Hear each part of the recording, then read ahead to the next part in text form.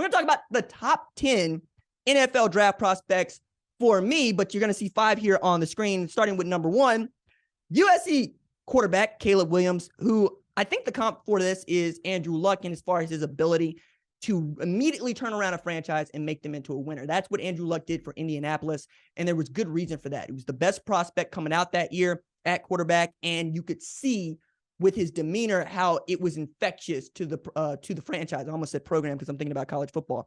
What does Caleb Williams do well? Well, almost everything. I mean, the dude is a walking scramble drill, a walking problem solver, elite problem solver. There is no play that is dead with number 13 at quarterback. We know this. My question for Williams, though, going into this year where he is the can't-miss prospect going into the 2023 season is, can you show us a little bit of statesmanship? And I want to really be careful about this and be clear about this.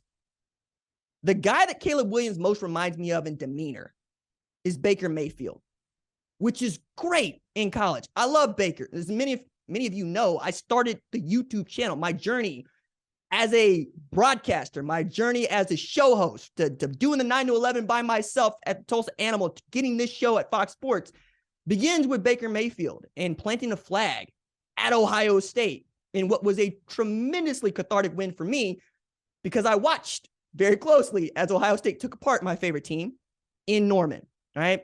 And the thing about Baker was chippy, equally balanced with one on both shoulders. That worked for him all the way through college. Goes from walk-on to starter to Heisman winner to playing the college football playoff to the number 1 overall pick in the draft. What I have learned about Baker's pro career is once you get to that mark of being, I'm the best there ever was, there needs to be a natural move to, you know who I am, which means that you're going to say a whole hell of a lot less, and you got a lot of other people say it for you. Because the thing that really, I think, might hold Caleb back as a pro is that people are going to want to get after him in a way that, frankly, I wanted to be more like Pat Mahomes, where people just want to get behind him. So putting F Utah on your fingernails probably needs to be a thing of the past, right? I want to see more of the guy that's going to be the CEO of an NFL franchise. And what we know about CEOs is not a whole hell of a lot, right? What we know about them is, do we like looking at them? Do we like what they say? Do we like how they make us feel about the company they represent, right? I think that is important when you're evaluating any quarterback in the first round, because that is going to be the face of your franchise for years to come. And that's all Caleb has left to do. We're not talking about him as a football player anymore. I've heard too many people that I respect say, that's the best quarterback I've ever seen in college. I want to see the best quarterback and the best person that Caleb Williams could possibly be in 2023. And I would not be surprised to find out that man wins a Pac-12 championship, plays in a college football playoff, and maybe becomes the first repeat Heisman winner since Archie Griffin. Number 2, we got Ohio State wide receiver Marvin Harrison Jr. I think the comp here is pretty outstanding and right on the money in CeeDee Lamb at Dallas, who I believe set the franchise record in Dallas last year for catches in a season with 107. I wish they'd have thrown the ball 107 times at Oklahoma, but I digress. There is no other wide receiver in the sport like him today. Not with his size, not with his route running, not with his feet off the line, not with his physicality. If you are the quarterback at Ohio State, looking at you, Kyle McCord, Devin Brown, every time you drop back, you should find 18. If there are 2 people on 18, he's open. If there are 3 people on 18, somebody else is running wide open with nobody on him, but that's because you got 3 people on him because 2 ain't enough. That's who Marvin Harrison Jr. is. Very excited to see what his 2023 looks like. Number 3 on the list, Georgia tight end, Brock Bowers, who I think the comp here is San Francisco 49ers tight end, George Kittle. The reigning Mackey Award winner? Sure. A first-team All-American? I guess. But here's the thing. Every college football team that Brock Bowers has played on has won the national championship. And he's been the best offensive player on it as a freshman, as a sophomore, and now going into a junior year. It's ridiculous, man. Like, I'm trying to think about this in a way that makes more sense. Brock Bowers is so good that Darnell Washington had to wait for Brock Bowers to run his routes because he's 2 on the depth chart. Brock Bowers is so good that the best tight end prospect that we had seen in recent memory, and Eric Gilbert, didn't even see the field and is transferred to Nebraska. Brock Bowers is so good that even Kirby Smart says, if we got to throw the ball, throw it to him. And not only that, Kirby Smart says, if we got to run the ball, can we run it end around to Brock? I have not seen a tight end like this in my lifetime. And the only time that I can think of a better tight end prospect, Oklahoma fans will absolutely enjoy this one, is Keith Jackson.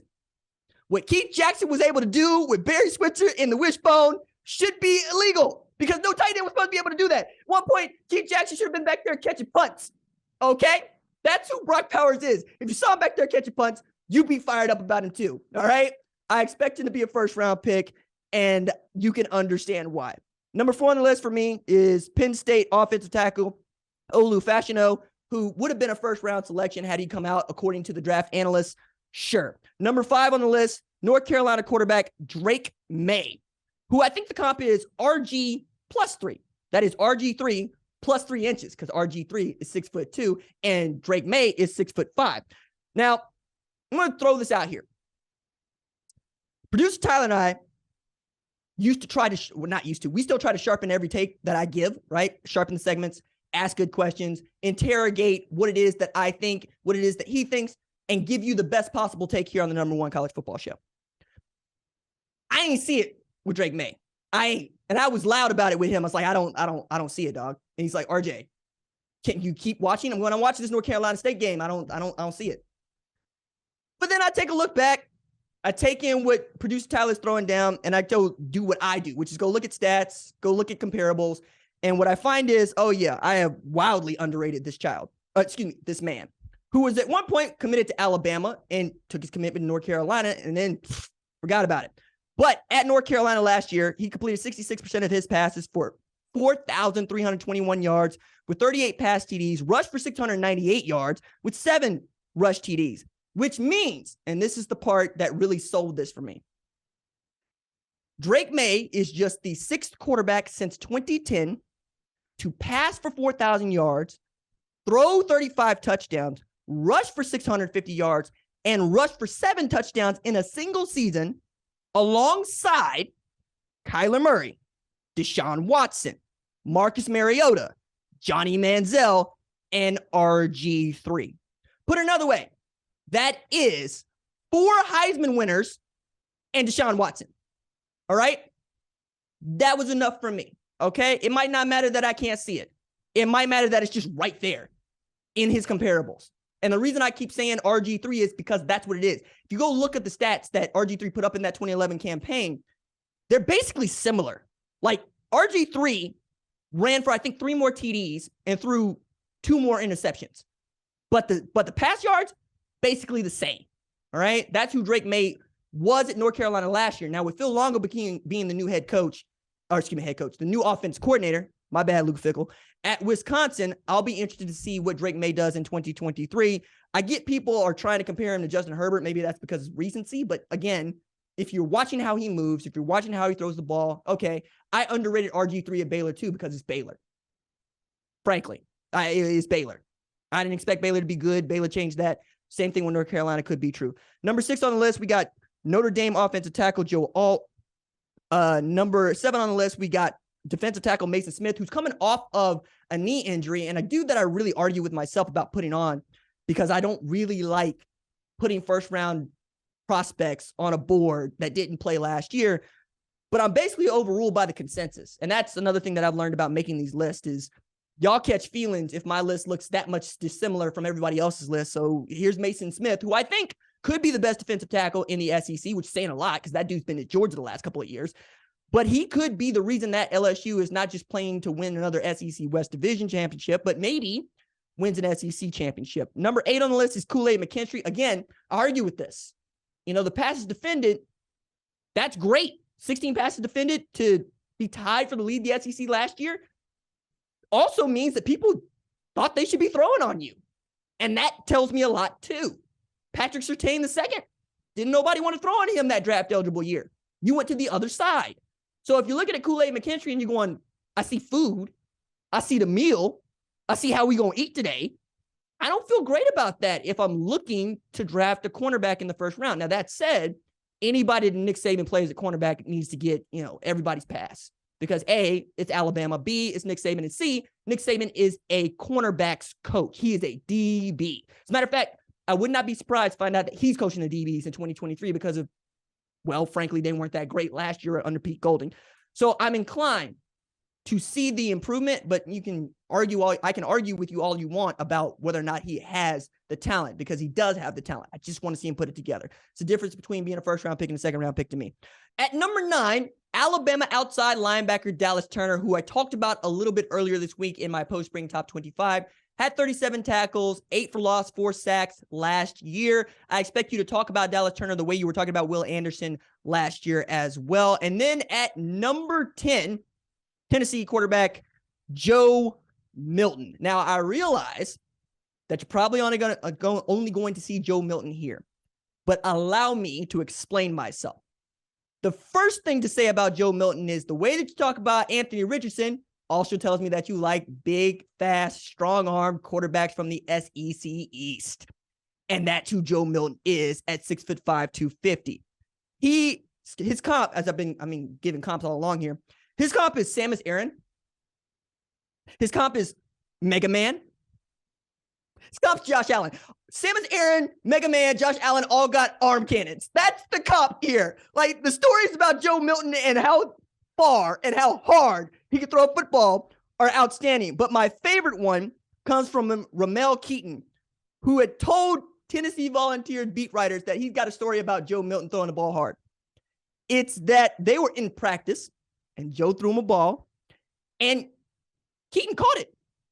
He split his hand open catching the football. He split it down the center of the palm where the meat go, because that's how hard and how quickly that ball was spinning coming out of Joe Milton's hand. He could throw a football 70 yards from his knees. I'm a catcher. Pop times are very important to me. Being able to not pump the ball and get it down to second base is very important to me. I only saw one man throw somebody out from their knees, and the man that had a cannon like Joe Milton. You just don't see it. It's also a dude that grew up in Pahokee, Florida, chasing rabbits. All right? Again, it's a dude that was so big that when he got on the campus in the summer, the defensive line at Tennessee was mad as hell. Like, the whole room was mad as hell because they thought the position coach brought in another defensive end. That's who Joe Milton is. As much as you love Hendon Hooker, and I know how much you love Hendon Hooker, Joel Klatt loved Hendon Hooker. You ought to love you some Joe Milton. I realize you didn't like the way it went in Michigan, but you didn't like the way it went for Hendon Hooker at Virginia Tech. I'm saying here, I'm trying to give you an easy win here. This is an easy win. Joe Milton showed you what he could do against Vanderbilt, and you said, RG, it's Vanderbilt. All right. He beat Clemson and won Orange Bowl MVP. Do I need to say more here? I don't think I do. That's Brew McCoy he throwing to. That's Squirrel White he throwing to. Man, they got some SEC names over there. That's Jabari Smalls that he got in the backfield. I'm very excited about the walking scramble drill with the Samus Aran Mega Man arm cannon attached to his right arm. That is Joe Milton. Nobody's more fired up about Tennessee's quarterback than me. Thank you for watching the #1 college football show. Please remember to subscribe to the channel and like this video so that you don't miss any of the best college football coverage in America.